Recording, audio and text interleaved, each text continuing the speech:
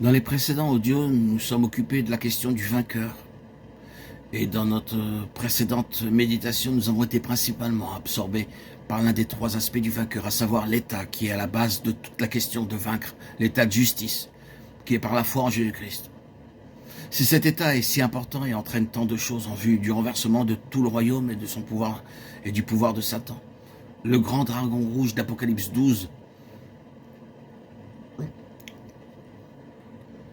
alors, son objectif sera toujours de corrompre. Nous avons parlé de le vaincre par le sang, ou à cause du sang, qui représente la vie incorruptible du Seigneur, Jésus, et qui est nôtre par la foi. L'ennemi cherchera donc à détruire notre relation à deux fois avec cette vie incorruptible dont parle le sang. Et pour ce faire, il s'efforcera d'introduire une condition de corruption, et par là nous frapper et avoir un terrain judiciaire et de droit devant Dieu, et ainsi nous accuser.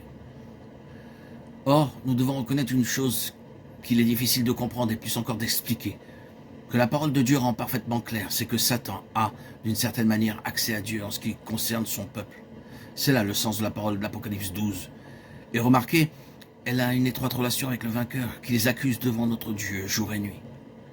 L'Ancien Testament aborde cela, comme nous le savons dans le cas de Job, et aussi dans celui du souverain sacrificateur Josué, où Satan est montré se tenant à sa droite et pour être son adversaire, son accusateur.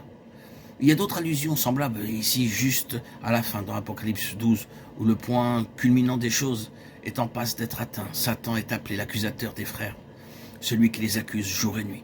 De façon ou d'autre, il a accès à Dieu. Cela requiert deux choses, comme nous l'avons déjà vu dans nos précédents audios. Premièrement et primitivement, cette position de foi, en ce qui concerne la justice de Dieu, qui est par la foi en Jésus-Christ. Et secondement, que nous veillons à ce que la position ne soit pas démentie par notre conduite. Autrement, Satan a le pouvoir d'asséner un coup à la valeur, à l'efficacité de notre position. Je ne dis pas qu'il peut détruire la position elle-même, c'est-à-dire qu'il peut détruire notre acceptation en tant que justifiée par la foi, mais il peut détruire son efficacité. En d'autres termes, il peut détruire son témoignage. Et vous devez toujours vous souvenir que le témoignage est une chose énormément importante. Cela, bien sûr, est notre troisième aspect, celui que nous aborderons.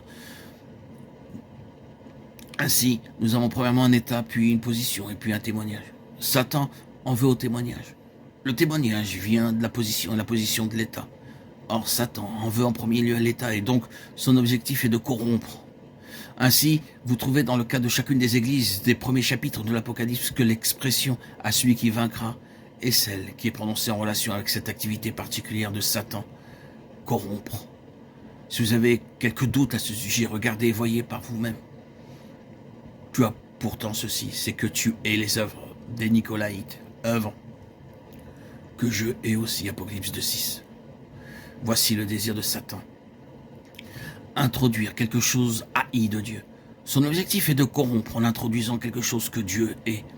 Et remarquez, s'il y a dans l'Église quelque chose que Dieu est, alors le pouvoir de Satan est établi. Et la main de Dieu est paralysée. C'est ce que poursuit Satan.